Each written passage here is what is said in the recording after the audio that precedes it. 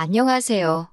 저는 결혼을 앞두고 있던 30대 중반의 여성입니다.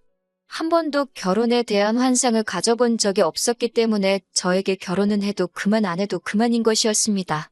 그러다 지금의 남자친구를 만나면서 처음으로 결혼하고 싶다는 생각을 했었지요. 하지만 결국은 저는 혼자 살 팔자인가 봅니다. 내년에는 인생 2막을 시작하게 될 줄 알았는데 씁쓸합니다. 저는 외국계 금융업에 종사하고 있습니다. 결혼을 안 하려던 건 아닌데 늘 공부와 일이 먼저다 보니 연애할 틈이 없었습니다. 가끔 관심을 표현하며 다가오는 남자들이 있었지만 번번이 제가 너무 늦게 눈치를 챘었지요. 말 그대로 버스가 떠난 다음에서야 말이에요. 그러다 보니 어느새 소위 홍기가 가득 차버렸더라고요. 당시 저는 독서토론 동호회 활동을 하고 있었는데 유일하게 직장생활 외에 제가 사람들을 만나는 일이었습니다. 워낙에 사람들 많은 곳에 가는 걸 제가 별로 안 좋아하기도 하고 회사 야근도 많아서 술자리로 이어지는 외부 활동은 하기가 어렵더라고요. 고심 끝에 골라서 시작한 게 독서토론이었지요. 학창 시절부터 책을 좋아하기도 했고요. 그곳에서 남자친구를 사귀게 될 줄은 당연히 상상도 못했고 계산에도 없던 일이었습니다. 동호회 인원은 13명이었는데 출석률로 따진다면 50% 정도 되었습니다. 직장인들로 구성되어 있기도 했고 강제성도 없었으니 솔직히 50%도 대단하다고 생각했습니다. 그러다 하루는 저와 남자친구 단 2명만 출석을 한 날이 있었어요. 그날이 저와 남자친구가 사귀게 된 계기였던 것 같아요. 남자친구가 저에게 어차피 우리 둘밖에 없는데 밥이나 먹으러 가자고 하더군요. 저도 회사 끝나자마자 불이 나게 왔던지라 배가 많이 고팠기에 좋다고 했습니다. 그렇게 어쩌다 둘이 사적인 이야기를 나누게 되었는데 말이 잘 통하더라고요. 남자친구는 인근 중견기업에서 일하고 있다고 했습니다. 저희 회사에서 그다지 멀지도 않았고요. 다음엔 퇴근 후에 커피라도 한잔하자는 남자친구의 제안이 싫지 않았어요. 그런 식의 만남이 몇 번 반복되다 보니 어느새 저희는 자연스럽게 연인 사이가 되어 있었습니다. 사귄 지 1년쯤 지났을 무렵 남자친구 집에 인사를 드리러 가게 되었습니다. 남자친구 어머니께서 좋아하신다는 특정 제과점에 케이크와 꽃바구니를 사들고 갔어요. 제가 나이는 있었어도 이런 경험은 처음이라 굉장히 떨리더라고요. 남자친구의 집은 서울 외곽 주택가에 위치해 있었습니다. 솔직히 겉에 보이는 걸로 사람을 평가하면 안 되는 건 저도 잘 알지만 시댁 식구들이 거주하는 곳이 반지하라는 걸 알고는 조금 놀라기는 했어요. 왜냐하면 남자친구는 직장 근처 오피스텔에 살고 있기도 했고 좋은 차도 가지고 있었으니까요. 평소에 씀씀이도 적은 편이 아니었기 때문에 저도 모르게 나름대로 어느 정도 기대치가 있었던 모양입니다. 집 안으로 들어가니 정리가 하나도 안 되어 있었습니다. 신발장에 어지럽게 널브러진 신발들과 여기저기 걸쳐진 옷과 수건들을 보고 있으니 정신이 하나도 없더라고요. 제가 어디 앉아야 할지 갈피조차 잡을 수 없었습니다. 결국 들고 온 케이크와 꽃바구니를 부엌에 내려놓고는 거실 한쪽에 앉았습니다. 소파도 없어서 맨바닥에 앉았어요. 이럴 줄 알았으면 치마 말고 바지를 입고 올 거라는 생각을 하는 찰나였는데 남자친구 어머니께서 고기 사올 줄 알고 고기 구워 먹을 준비를 했는데라며 혀를 차시더라고요. 좀 황당했지만 저도 모르게 죄송하다는 소리가 입에서 튀어나갔습니다. 남자친구가 어머님께 지금이라도 사올 거냐고 물으니까 집 앞에 정육점 가서 사오라고 하셨어요. 안창살 있으면 안창살 사오라고 저희 뒤통수에 대고 소리를 치셨습니다. 정육점으로 가는데 무슨 말을 해야 할지 모르겠더라고요. 남자친구도 제 기분을 눈치챘는지 마음 쓰지 말랍니다. 원래 격식이 없으신 분들이라면서요. 정육점에 도착해서 어머님이 시키신 대로 안창살을 샀습니다. 계산은 남자친구가 했고요. 제가 하려고 했는데 당황한 상태에서 남자친구를 따라 나오다 보니 핸드백을 두고 나왔더라고요.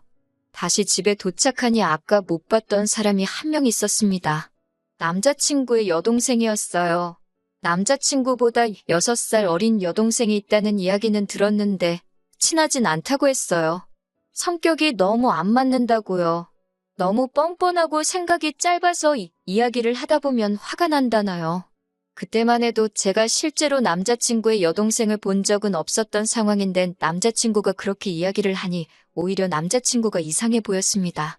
좀처럼 남에 대해서 그런 식으로 험담을 하는 성격이 아니거든요. 하지만 남자친구 여동생의 언행과 태도를 지켜보니 남자친구가 그토록 싫어하는 게 충분히 이해가 되더라고요. 화장을 고치려고 핸드백을 여는데 누군가 손댄 것 같은 느낌이 들었습니다. 저는 항상 핸드백 중간을 잠궈두는데 그게 훤히 열려 있었거든요. 하지만 그때만 해도 스스로 예민해서 깜빡한 거라고 생각하고 가볍게 넘겼습니다. 그런데 아무리 찾아도 제 립스틱이 안 보이더라고요. 며칠 전에 산 명품 브랜드로 새거나 마찬가지였고 좀 전에 오는 길에 남자친구 차 안에서도 발랐는데 말이에요. 차에서 떨어뜨렸나 싶어서 이따 집에 갈 때 찾아봐야겠다 생각했습니다. 하지만 차까지 갈 필요도 없었어요. 거실 바닥에 신문지를 깔고 고기를 구워 먹기 시작했습니다. 하얀 원피스를 입고 갔던 저는 옷차림에 신경 쓰느라 몇 점 먹지도 못했어요. 그러다 남자친구 여동생이 쌈장 찍은 고기를 들고 이리저리 설레발을 치더니 결국 제 옷에 흘리더라고요. 저도 모르게 인상을 쓴 모양입니다. 남자친구 어머님께서 사람이 실수할 수도 있지 뭘 그렇게 무안을 주냐면서 성격이 원래 그렇게 예민하냐고 물으시더군요. 그러자 그 여동생이 한다는 소리가 원래 여자가 나이가 들면 그렇게 짜증이 쉽게 난다면서요? 라고 저에게 묻는 거예요. 그제서야 알겠더라고요. 남자친구의 어머니도 여동생도 저를 마음에 들어하지 않는다는 걸요. 고기가 코로 들어가는지 입으로 들어가는지 모를 식사를 끝내고 언제쯤 집에 가려나 눈치를 살피고 있었습니다. 기분도 안 좋고 마음도 많이 상해서 빨리 집에 가고 싶은 생각뿐이었어요. 그런데 어머님께서 부엌에서 수박하고 복숭아를 가져오시더니 저더러 좀 잘라보라고 하시는 겁니다. 손님으로서 인사드리러 온 자리에서 이런 일을 하게 될 줄은 예상치 못했기 때문에 굉장히 당황스러웠어요. 변명 같지만 제 이야기를 좀 해보자면 제가 대학교에 들어가고 나서 어머니께서 사고로 세상을 떠나셨습니다. 어머니가 떠나신 이후 처음엔 제가 어머니의 역할을 맡아 해보려고 했어요. 집안일도 하고 식사 준비도 하는 일들이요. 하지만 아버지께서는 저는 제 인생을 살라며 더 열심히 공부하고 좋은 직장에 가라 하셨습니다. 주부로서의 삶은 결혼하면 좋든 싫든 하게 될 것이니 미리부터 경험할 필요 없다고요. 그리고 절대 자랑은 아니지만 어려서부터 저는 비교적 유복한 집안에서 자랐습니다. 그래서 필요할 때는 집안일을 도와주시는 도우미 이모님이 오시곤 했기 때문에 더욱이 제가 집안일이나 요리에 신경 쓸 이유가 없었어요. 하지만 남자친구의 어머니께서는 어떻게 여자가 그 나이 먹도록 칼질도 못하냐면서 이게 다 엄마가 없어서 그렇다 말씀하셨습니다.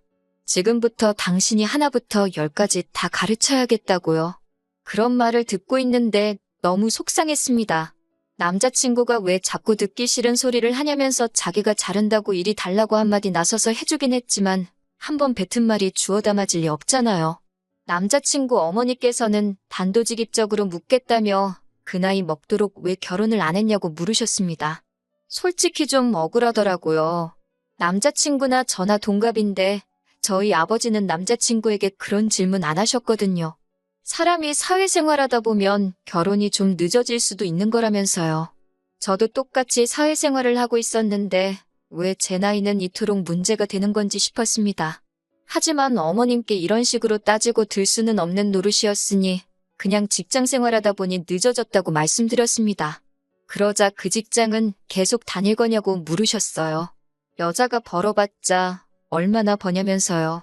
제가 다니는 회사는 육아휴직이 비교적 잘 되어 있어서 최대 3년까지 쉴 수 있기 때문에 굳이 관둘 이유가 없다고 말씀드렸습니다. 아버지는 뭐 하시냐는 질문에 사업하시는 분이고 여전히 현역에서 일하고 계신다 했더니 돈은 많이 버시냐고 묻더라고요. 이런 질문을 아무렇지 않다는 듯 하시는 모습을 보고 황당했지만 저도 마음속에서 어떤 반발심이 생겼던 상태라 많이 버신다 했습니다. 한 달에 1,000은 기본이라고요. 사실 저도 잘 모르는데 대충 찍어서 말했어요. 그러자 남자친구 어머니와 여동생 눈빛이 묘하게 달라지더라고요.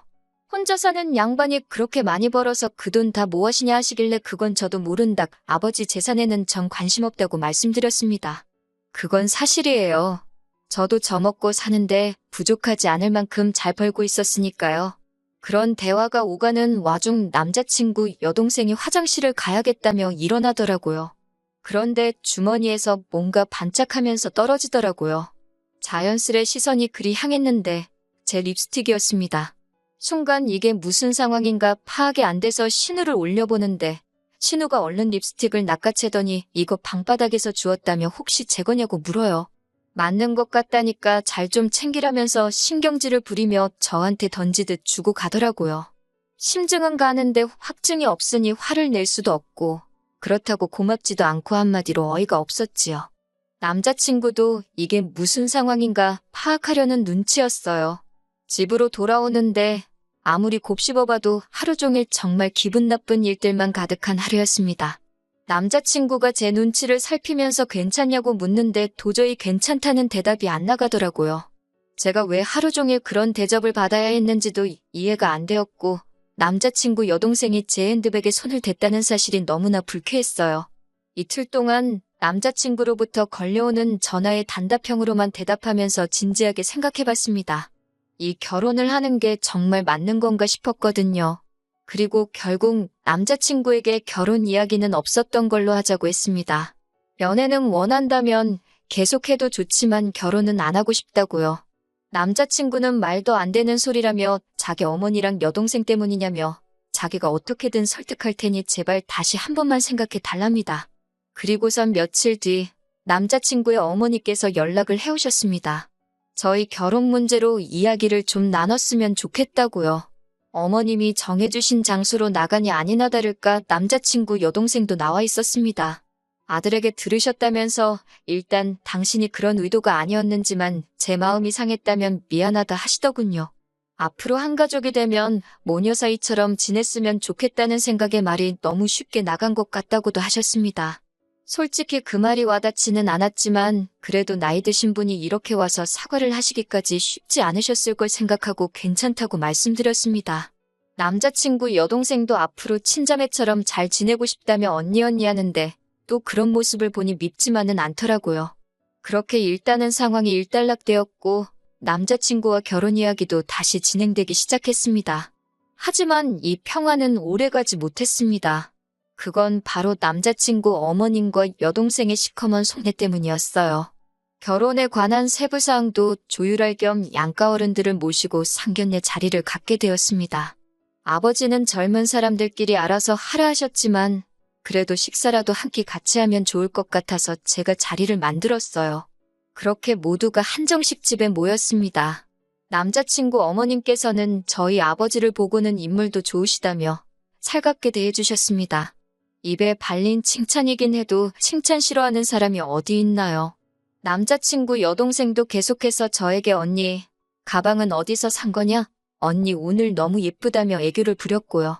남자친구는 이 모든 상황을 굉장히 뿌듯하게 느끼는 듯 보였습니다. 처음에 인사드리러 갔던 날과는 확연히 다른 분위기에 어쩔 줄 모르긴 했지만 결과적으로는 훨씬 기분 좋은 자리였어요. 서로 껄끄러운 이야기는 조금도 오가지 않았습니다. 다만 남자친구 어머니께서 우리는 이제 다 한 가족이니까 서로 힘들면 돕고 이해하고 품어주고 그렇게 살자 하시더군요. 얼마나 듣기 좋은 말인가요? 그때는 그 속뜻을 몰랐기에 제가 남자친구의 어머니와 여동생을 오해한 것 같아 미안한 마음까지 들었습니다. 하지만 그로부터 며칠 뒤 저는 정말 황당한 제안을 받았습니다. 남자친구와 신혼살림을 차릴 집을 알아보던 시기였어요. 남자친구 오피스텔 보증금하고 제가 모아둔 돈을 합치니까 1억이 좀 넘더라고요. 저희 아버지가 좀 더 보태줄 테니까 아파트를 하나 사라고 하셨지만 손은 안 벌리기로 마음을 먹은 상태였기 때문에 전세를 구할 생각이었어요. 그런데 어디서 그 이야기를 들으셨는지 어머님께서 저한테 연락을 해오셨습니다. 어머님께서는 멀쩡한 집을 납두고 왜 전세를 구하냐며 물으셨습니다. 당연히 저희가 아버지 집에 들어가서 살 줄 알았다고요. 저는 왜 그렇게 생각하셨는지는 모르겠지만 그럴 계획은 없다고 말씀드렸어요. 그러자 저희가 저희 아버지랑 같이 살면 남자친구의 오피스텔 보증금은 당장 급한 돈이 아니니 빌려 쓰실 참이었대요. 제가 그 이야기를 듣는데 뭐라고 달리해드릴 말씀이 없더라고요.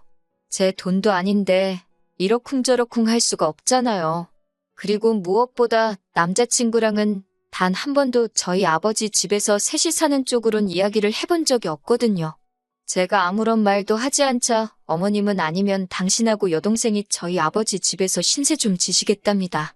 사돈 집에 들어와서 사신다는 말씀이시냐고 물으니 반지하가 사람 살기가 너무 힘들다고 그러시는 거예요. 그러면서 앓는 소리를 하시는데 아무리 그래도 어떻게 저희 아버지 혼자 사시는 집에 어머님이랑 예비 신우가 들어와서 사나요? 그건 말이 안 되잖아요. 어머님께 죄송하지만 그건 안 될 것 같다고 말씀드렸습니다. 그러자 그럼 다시 처음으로 돌아가서 저희들이 들어가서 살고 남자친구 오피스텔 보증금을 내놓으랍니다. 저희만 잘 살면 다냐고 화를 내시면서요. 불쌍한 당신 모녀는 어쩌라는 거냐고요. 황당하고 어이가 없었지만 뭐라 대꾸도 못하고 어머님의 억지를 듣고 있는데 어머님께서 저더러 하시는 소리가 나이도 많은 애가 시집오면서 맨몸으로 덩그러니 오려고 했냐고 그러시대요. 내가 너한테 집을 사내라고 한 것도 아니고 내 아들 보증금은 내가 좀 쓸 테니 네 친정 가서 살라는데 그게 그렇게 어렵냐면서 말도 안 되는 소리를 계속 하셨습니다. 자꾸 나이 가지고 뭐라고 하시는데 누가 보면 제가 연하랑 결혼하는 줄 알겠어요. 나이가 많은 건 남자친구도 마찬가지였고 오히려 버리는 제가 더 좋은데 자꾸 나이로 저를 후려치시니 저도 굉장히 불쾌해지더라고요. 저는 결국 안 되겠다 싶어서 일단 남자친구에게 전화를 걸었습니다. 다행히 남자친구가 외근 중이라서 금방 왔습니다. 어머님은 남자친구를 보더니 오피스텔 보증금을 주고 저랑 결혼하던지 아니면 사돈한테 말해서 자기가 들어가서 살 수 있게 하던지 하랍니다. 말도 안 되는 두 조건을 주고는 양자택일을 시키니 남자친구도 얼빠진 표정으로 자기 엄마를 쳐다보더라고요. 그러더니 무슨 소리를 하시는 거냐고, 그게 가당키나 한 소리냐고 소리를 지르니까 어머님도 지지 않고 그럼 너는 내가 반지하 방에서 썩어 문드러질 때까지 살았으면 좋겠냐고 따지시더군요. 남자친구가 저에게 잠깐 밖에서 이야기를 하자면 나가자 했습니다. 전 이 상황이 납득도 안 되고 정말 꿈꾸는 것 같았습니다. 남자친구는 한숨을 내쉬더니 자기 어머니가 원래 저렇게 낯두껍고 염치 없는 소리를 잘한다며 자기도 죽을 맛이랍니다. 자기도 연락 잘 안 하고 살다가 결혼 이야기가 나오면서 다시 어떻게 좀 잘 지내보려고 연락을 한 건데 이 사단이 났다며 한숨을 푹푹 쉬더라고요. 그 모습을 보고 있으니 마음이 안 좋긴 했지만 제가 달리해줄 수 있는 말이 없었습니다. 그런데 그때 남자친구가 절 쳐다보더니 그냥 오피스텔 보증금은 어머니하고 여동생한테 줘버리면 안 되겠냐고 묻더군요. 그리고 아버지 집에 들어가서 살자고 그래요. 아버지가 50평대 아파트에서 저랑 둘이 사셨기 때문에 사실 저희 둘이 들어가서 살아도 부대낄 상황은 아니었고 아버지도 100% 들어와서 살라고 해주실 분이셨지만 전 그러고 싶지 않았습니다. 결혼하면 독립적으로 사는 게 당연하잖아요. 제가 그건 절대 안 될 소리라고 하니까 그럼 자기더러 어쩌라는 거냐고 소리를 치더군요. 제가 냉정하게 왜 당신 어머니가 집이 없으신 것도 아닌데 왜 거주 문제를 우리 결혼식을 통해서 해결하려고 하시는지 이해할 수가 없다고 했습니다. 그러자 남자친구가 상견례 자리에서 분명히 앞으로 한 가족이니 힘든 순간에 서로 도우며 살자고 하지 않았냐고 따져 묻더라고요. 카페에서 기다리던 남자친구 어머니까지 따라 나오셔서는 저더러 그렇게 가족 간에 선 긋고 그러는 거 아니라면서 정말 너는 내가 하나부터 열까지 다 가르쳐야겠다는 말씀을 또 하셨습니다. 순간 정말 이성의 끈을 놓아버릴 뻔했어요. 그런 제 심정도 모르고 어머님께서는 계속해서 아니면 저희 아버지더러 집을 파시라고 한 뒤 당신 반지하 보증금, 남자친구 오피스텔 보증금 그리고 저희 아버지 집값에 제 적금 모든 돈을 합쳐서 건물 하나를 사잡니다. 그래서 층별로 따로 살면 진정한 한 가족이 될 수 있다나요. 듣다 보니 완전히 저와 저희 아버지를 호구라고 봤던 것 같더라고요. 저는 너무 웃기고 발칙한 어머님의 꿈에 실소가 터졌습니다. 제가 어머님께 정말 좋은 시도셨지만 안 될 것 같다며 급기야 박장대소를 하고 말았습니다. 어머님은 저더러 제정신이냐고 어디 시험이 될 사람이 말하는데 그따위로 웃냐면서 화를 내셨지만 도저히 웃음을 멈출 수가 없었네요. 저는 남자친구에게 너도 꿈 깨라고 욕심도 적당히 내라고 배탈난다고 한마디 했습니다. 남자친구는 지금 그게 무슨 소리냐며 결혼할 사이니까 이런저런 방법을 생각해 볼 수도 있는 거 아니냐며 저더러 말 조심하랍니다. 막말로 자기랑 헤어지면 누가 저 쳐다봐주기나 할 것 같냐면서요. 그 말을 듣는데 우습더라고요. 제가 남자친구에게 난 돈이라도 있지만 넌 돈도 없는데 누가 정말 쳐다봐주기나 하겠냐고 똑같이 빈정댔습니다. 이때는 당연히 파혼을 결심한 상황이었기 때문에 말도 막 나가더라고요. 어머님께서 저더러 말 그따위로 할 거냐고 그러길래 어머님 존재 자체가 저 사람한테는 이제 짐이라고 나이 많고 돈도 없는데 홀어머니의 시집 안 간 신우까지 어떤 여자가 시집 오려고 하겠냐고 사부쳤습니다. 아들 총각 귀신 만들기 싫으시면 정신 똑바로 차리시고 사돈될 집안 재산 욕심내지 마시라고 다다다 싸붙이고 손에 2만 원 쥐어드렸습니다. 카페 커피값 내시라고요. 파혼을 하기까지 한 2달 동안 정말 마음이 지옥과 천당을 오가는 기분이었습니다. 그래도 막판에 하고 싶은 말을 다 해서 그런지 미련은 없습니다. 당연히 남자친구에게선 자기가 생각이 짧았다며 그래도 자기 어머니인데 제가 말을 함부로 해서 순간 홧김에 막말을 하게 된 거라고 자기만 잘못한 건 아니랍니다. 그래도 자기가 남자니까 먼저 사과한다고 서로 잘 이 고비를 잘 넘겨보잡니다. 헛소리엔 매가 약인데 차마 몽둥이로 때릴 수도 없어서 그냥 무시했지만요. 무슨 연락이 오건 읽기만 하고 한 달 동안 싹 무시만 했더니 더 연락은 안 옵니다. 지금 무슨 생각을 하고 있을까요? 절 놓친 걸 후회하는 것 같긴 합니다. 독서 동호회 사람들에게 절 수소문하는 것 같더라고요. 저는 더 이상 동호회에 나가지는 않지만 그 안에 아직 친한 몇몇의 사람이 남아있었기에 상황을 들을 수 있었네요. 결혼은 어쩌면 제 인생엔 없는 이벤트일지도 모릅니다. 하지만 나쁜 일이 있으면 좋은 일도 있는 법이잖아요. 이번 일로 액땜했다 생각하고 좋은 일 기다리면서 살아볼까 봐요.